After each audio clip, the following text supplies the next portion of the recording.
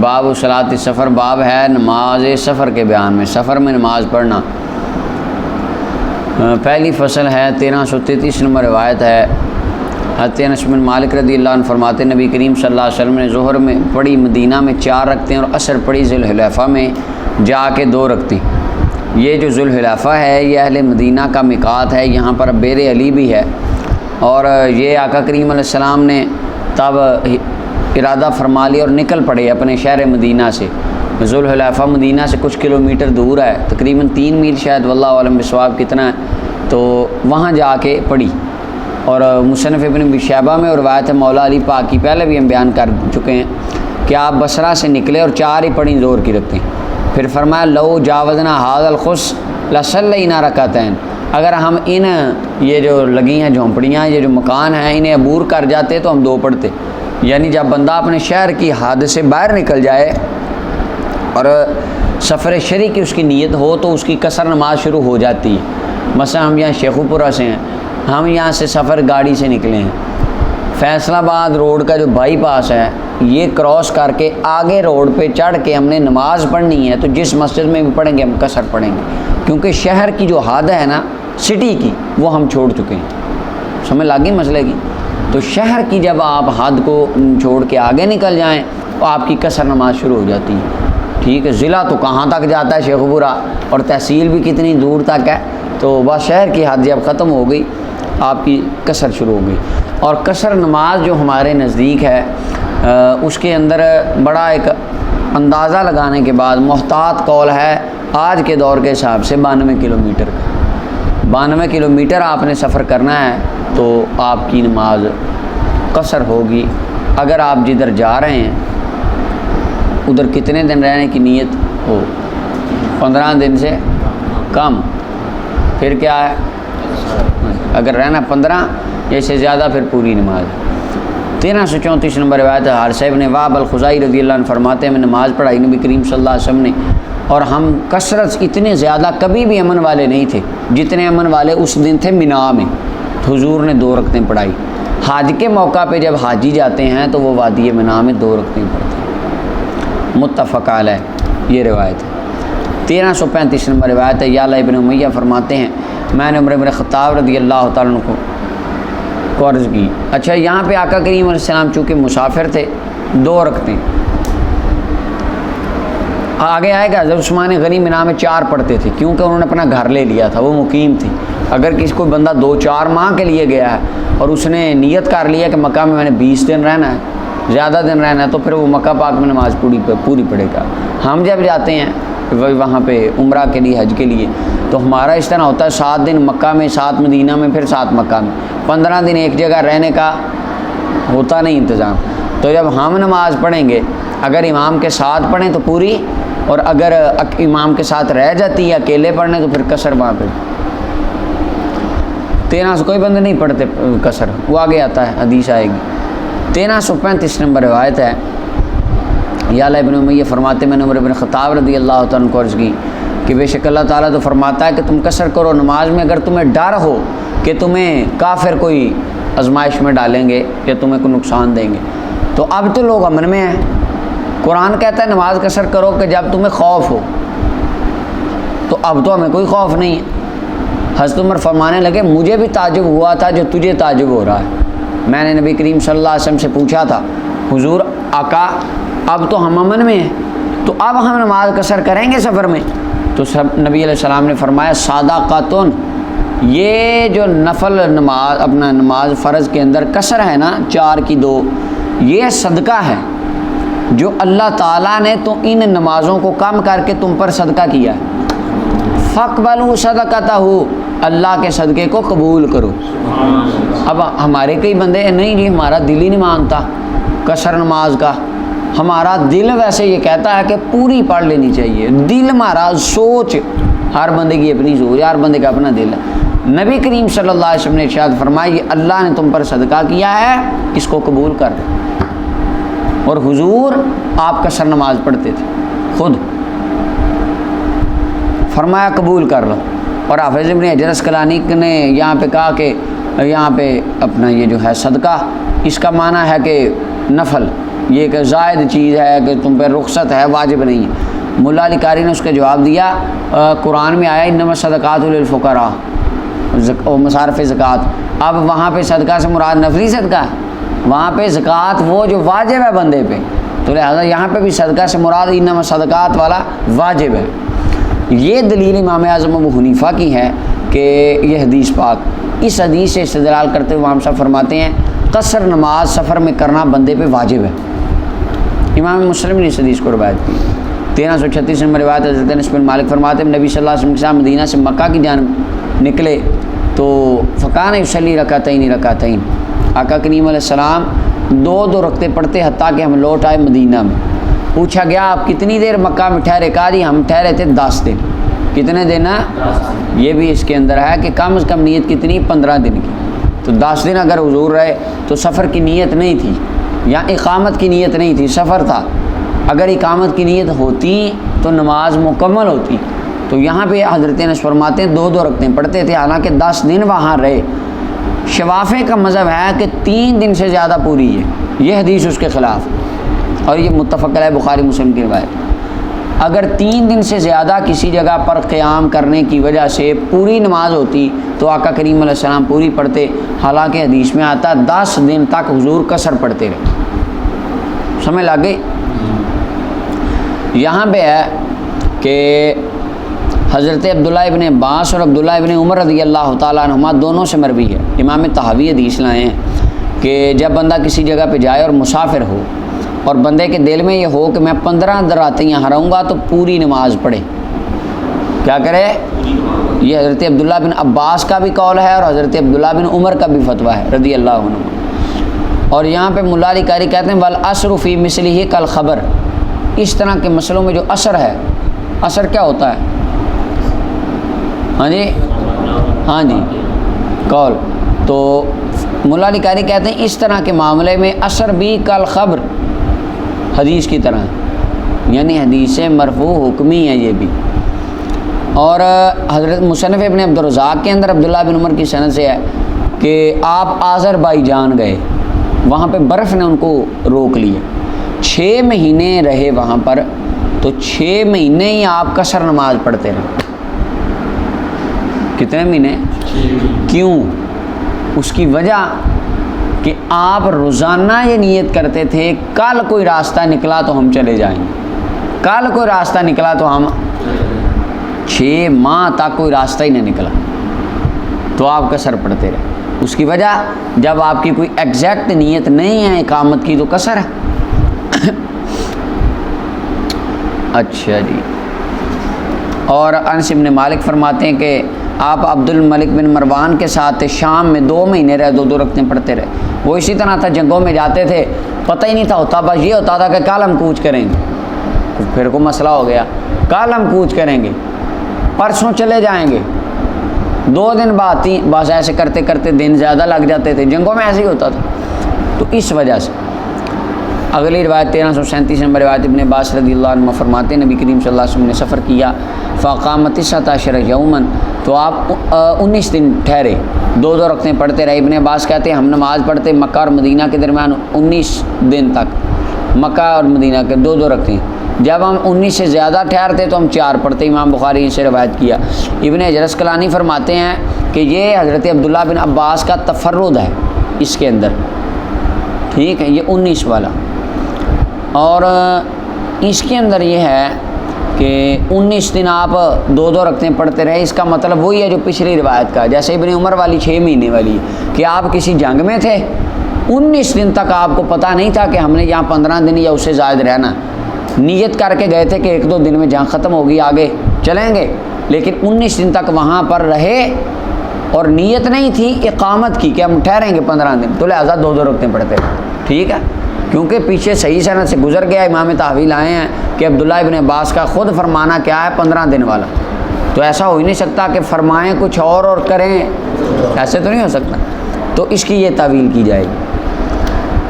1338 number روایت ہے، حضرت حفص بن عاصم فرماتے ہیں میں حضرت ابن عمر رضی اللہ عنہ کے ساتھ مکہ کے راستے میں تھا، آپ نے ہمیں 2 رکعتیں ظہر کی پڑھائی، پھر اپنے کجاوے میں آ گئے، بیٹھے اپنے خیمے میں، تو ایک گروہ کو آپ نے قیاماً کھڑے ہوئے دیکھا، وہ کھڑے تھے، تو فرمایا یہ کیا کر رہے ہیں؟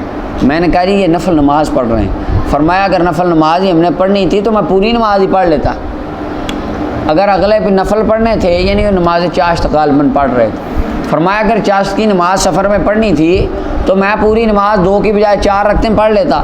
میں نبی کریم صلی اللہ علیہ وسلم کے ساتھ حضور کی صحبت میں سفر کرتا، آپ سفر میں 2 رکعتوں سے زیادہ نہیں پڑھتے تھے، اور حضرت ابوبکر اور عثمان اور عمر اسی طرح کرتے تھے سارے صحابہ۔ اس کا مطلب یہ ہے اس وقت زور کی جب نماز پڑھی نا، زور کی 2 رکعتیں پڑھانے کے بعد وہ صحابہ کرام بعد میں زائد نوافل پڑھنے لگ گئے، اور ٹائم تھا وہ اس کے لشکر کے کوچ کرنے کا کہ چلیں آگے۔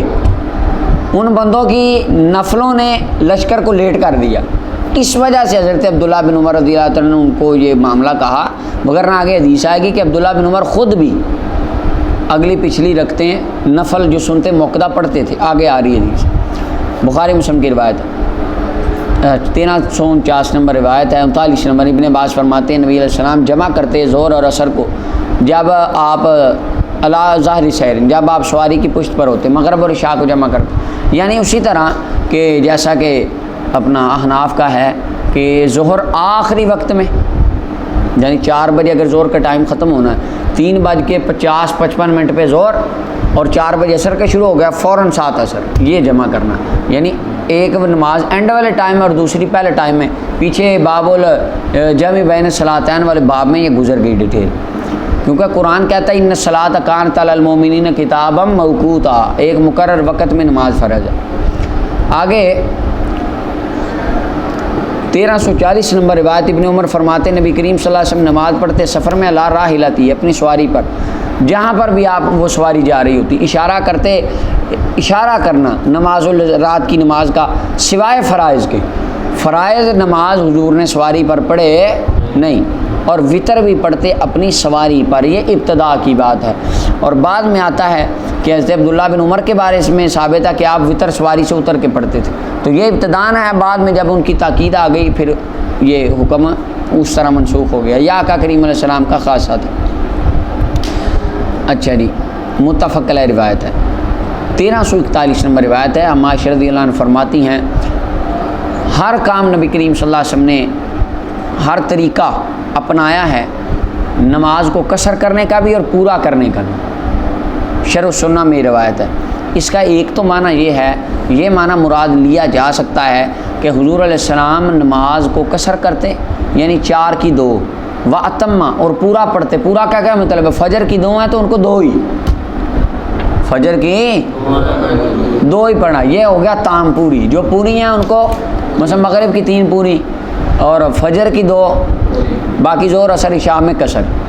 اگر یہ معنی مراد لیں نا اس کا کہ حضور نے نماز قصر بھی پڑھی اور پوری بھی، یعنی ظہر کی 4 بھی پڑھی اور 2، یہ ٹھیک نہیں، یہ صحیح معنی مراد، کیونکہ پیچھے حدیث گزری رسول اللہ صلی اللہ علیہ وسلم نے فرمایا یہ نماز صدقہ ہے، اللہ نے تم پر رخصت دی ہے، صدقہ کیا، قبول کرو، کیا کرو، شرح سنہ کی روایت ہے۔ اور لیکن یہ حدیث ضعیف ہے، اس کے اندر ابراہیم بن یحییٰ نامی راوی ہیں، وہ ضعیف راوی ہیں، اس سے یہ استدلال کرنا کہ قصر نماز بھی جائز اور پوری بھی، یہ صحیح نہیں ہے، روایت ضعیف۔ 1342 نمبر روایت عمران بن حسین فرماتے میں نے نبی صلی اللہ علیہ وسلم کے ساتھ غزوہ کیا اور آپ کے ساتھ میں فتح مکہ میں حاضر تھا، 18 راتیں آپ مکہ میں ٹھہرے، آپ نے نہ نماز پڑھی مگر 2 رکعتیں۔ فرمایا شہر والو نماز پڑھو، تم 4 ہم تو مسافر ہیں، یعنی میں اور میرے صحابہ مسافر ہیں۔ یہی معنی اس کا کہ یہاں پر 15 دن رہنے کی نیت نہیں تھی، جیسے حضرت عبداللہ بن عمر کی 6 ماہ آذربائیجان میں روزانہ ہی 2 رکعتیں، کیونکہ نیت نہیں تھی 15 دن اقامت کی، تو یہاں پہ بھی ایسے ہی تھی۔ امام ابو داؤد نے اس حدیث کو روایت کی۔ 1443 نمبر روایت ابن عمر فرماتے ہیں میں نے نماز پڑھی نبی علیہ السلام کے ساتھ ظہر، سفر کے اندر 2 رکعتیں اور اس کے بعد بھی 2 رکعتیں۔ یہ آ گیا اب کہ سفر میں سنت موقدہ پڑھنا نبی کریم صلی اللہ علیہ وسلم سے ثابت ہے۔ اور ایک روایت میں میں نے حضور کے ساتھ نماز پڑھی حضر میں اور سفر میں، میں حضور کے ساتھ حضر میں پڑھتا نماز ظہر 4، بعد میں 2، سفر میں پڑھی آپ کے ساتھ ظہر 2، بعد میں پھر 2، اور عصر کی 2 رکعتیں، عصر کے بعد کچھ نہیں پڑھا کیونکہ عصر کے بعد نفل پڑھنا درست، اور مغرب حضر و سفر میں برابر ہے، 3 ہی پڑھے ہیں، مغرب میں کوئی کمی نہ کمی کی حضر میں نہ سفر میں. آگے واہیہ وطر النہار، فرمایا کہ مغرب کی نماز دن کے وطر ہیں. دن کے مغرب کتنی رکھتے ہیں؟ تو وطر رات والے بھی کتنے ہوئے؟ یہ بھی ایک دلیل ہے ہماری کہ وطر 3 رکھتے ہیں، کیونکہ نبی صلی اللہ علیہ وسلم نے مغرب کو دن کے وطر فرمایا، اور وہ آخر میں جو پڑھتے ہیں وہ رات کے وطر ہیں. اور اس کے بعد پھر حضور 2 رکعتیں پڑھتے. مغرب کے بعد والی 2 سنت موقدہ. اب اس میں ہے کہ سفر میں سنت موقدہ پڑھنا نبی علیہ السلام سے ثابت ہے. امام ترمذی نے اس حدیث کو روایت کیا. آگے ہے 1344 نمبر روایت. معاذ بن جبل فرماتے ہیں آقا کریم علیہ السلام غزوہ تبوک میں تھے. جب سورج ڈل گیا، ڈھلتا، سوار آپ کے ہونے سے پہلے سورج ڈل جاتا تو آپ ظہر و عصر کو جمع کر لیتے، اور اگر آپ کوچ کرتے سورج ڈلنے سے پہلے تو ظہر کو لیٹ کرتے حتیٰ کہ اترتے عصر کی نماز کے لیے. اور مغرب میں اس کی مثال اسی طرح کرتے جب سورج غروب ہو جاتا.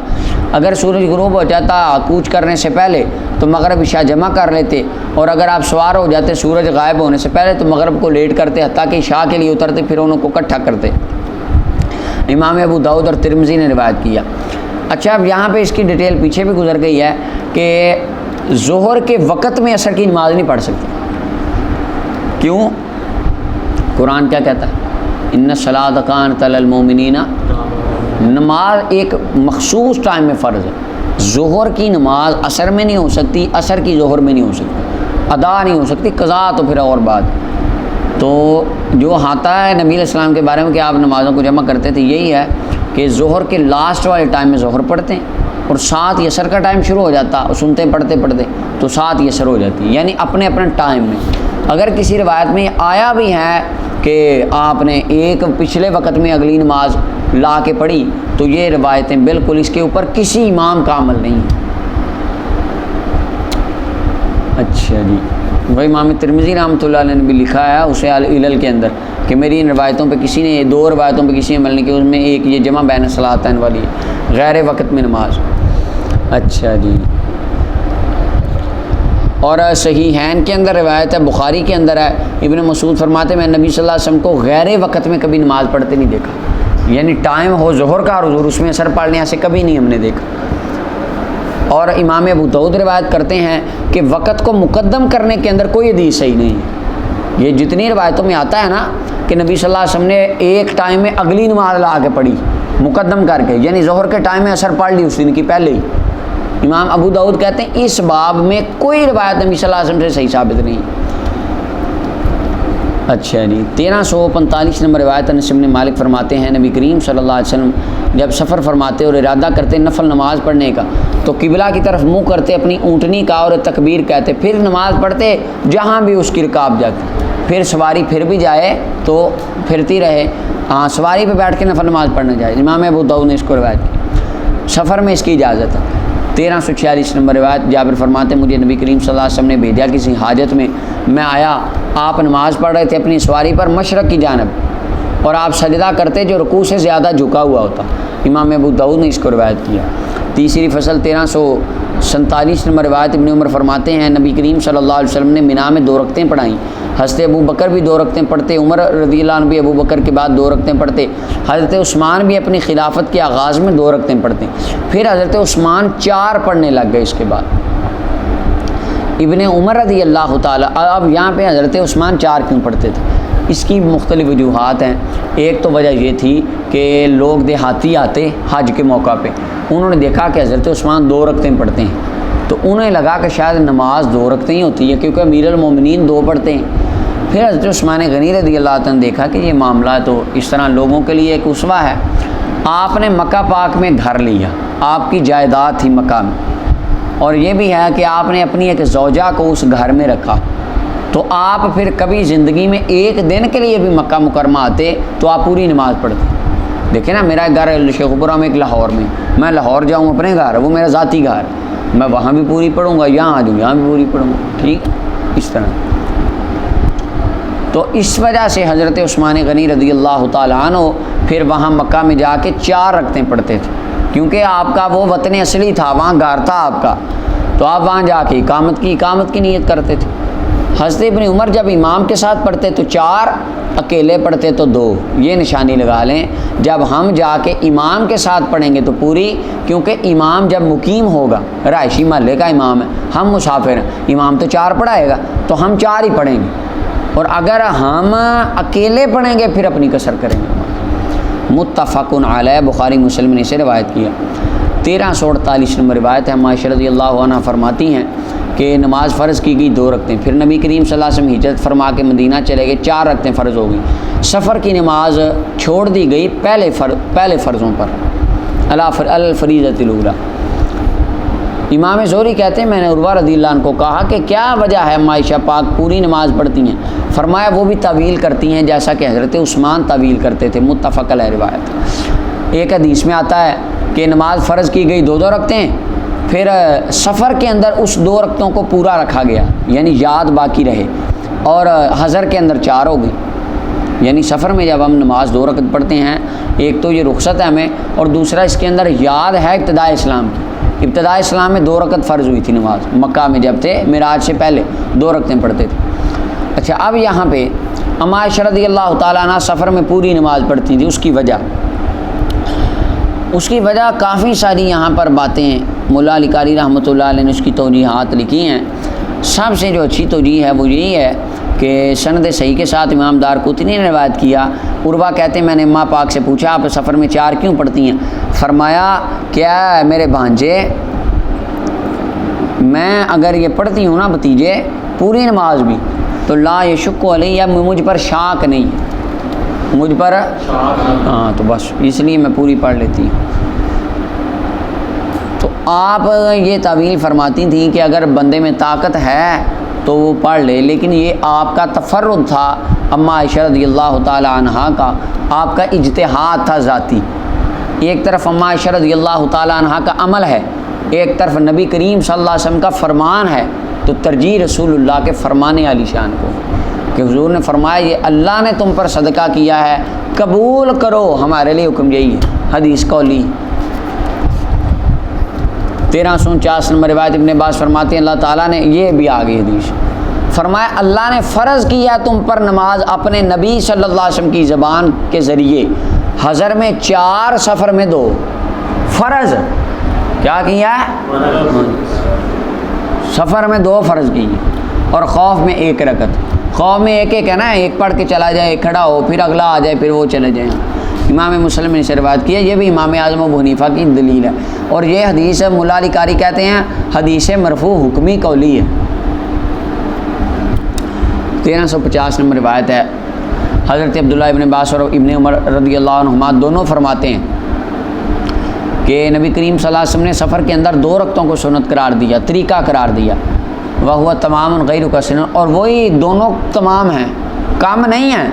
یعنی جو بندہ ظہر کی 2 رکعتیں پڑھتا ہے سفر میں، اللہ اس کو ثواب 4 کا ہی عطا فرماتا ہے، اور وطر سفر کے اندر پڑھنا یہ سنت ہے، یعنی طریقہ ہے اسلام کا۔ کیا ہے؟ ہاں، سنت من سنن الاسلام، اسلام کا طریقہ ہے۔ اس کی وجہ ہے صحابہ کرام کا اتفاق ہے، صحابہ وطر سفر میں بھی چھوڑتے نہیں ہوتے تھے، وطر واجب ہے، یہاں سنت سے مراد طریقہ ہے۔ 1351 نمبر روایت حضرت مالک فرماتے مجھے پہنچی کہ ابن عباس قصر کرتے تھے نماز مکہ اور طائف کے درمیان، اور مکہ اور وادی عثفان کے درمیان جتنا سفر ہے اتنے فاصلے پر، اور مکہ اور جدہ کے درمیان جتنا سفر ہے اتنے درمیان۔ امام مالک فرماتے ہیں 4 برد بنتے ہیں۔ امام جزری کہتے ہیں کہ یہ 16 فرسخ ہیں، ایک فرسخ میں 3 میل ہوتے ہیں، 1 میل میں 4000 گز ہوتے ہیں۔ اللہ اللہ اللہ، 1300 آج کے مطابق 92 کلومیٹر، اچھا اندازہ۔ 1352 نمبر روایت حضرت برا فرماتے ہیں میں نبی کریم صلی اللہ علیہ وسلم کے ساتھ صحبت اختیار کی حضور کی 18 دن سفر میں نے حضور کو نہیں دیکھا آپ نے 2 رکعتیں چھوڑی ہوں جب سورج ڈلتا تھا ظہر سے پہلے۔ یہ تحیت الوضو کے 2 نفل نبی کریم صلی اللہ علیہ وسلم پڑھتے تھے، یعنی سفر کے اندر جب زیادہ جلدی نہ ہو تو نفل نماز پڑھنا جائز ہے۔ وہ جو پیچھے حضرت عبداللہ بن عمر ان بندوں کو کہا نا کہ اگر تم نے نفل ہی پڑھنے تو ہمیں بتا دیتے ہم پوری نماز ہی پڑھ لیتے، وہ صرف اس وجہ سے تھا کہ انہوں نے لشکر کو لیٹ کر دیا تھا۔ اور یہ آگے دیکھیں حضرت نافع کہتے ہیں کہ عبداللہ بن عمر نے اپنے صاحبزادے عبید اللہ کو دیکھا سفر میں نفل پڑھ رہے تھے، آپ نے ان کو انکار نہیں کیا، ان کو یہ نہیں کہا کہ یہ نہ پڑھو۔ اس کے سے پتہ چلتا ہے کہ حضرت عبداللہ بن عمر کا مذہب یہی تھا، آپ کی رائے اجتہاد یہی تھا، سفر کے اندر نفل پڑھنا جائز ہے۔ ہاں جو بندہ نفلوں کی وجہ سے سفر کو لیٹ کر دے اس کے لیے مناسب نہیں ہے وہ نفل پڑھے، پہلے لشکر چل پڑے، جہاں لشکر جا کے پڑاؤ ڈالے وہاں پڑھتا رہے نفل جتنے مرضی۔ اس حدیث کو امام مالک نے روایت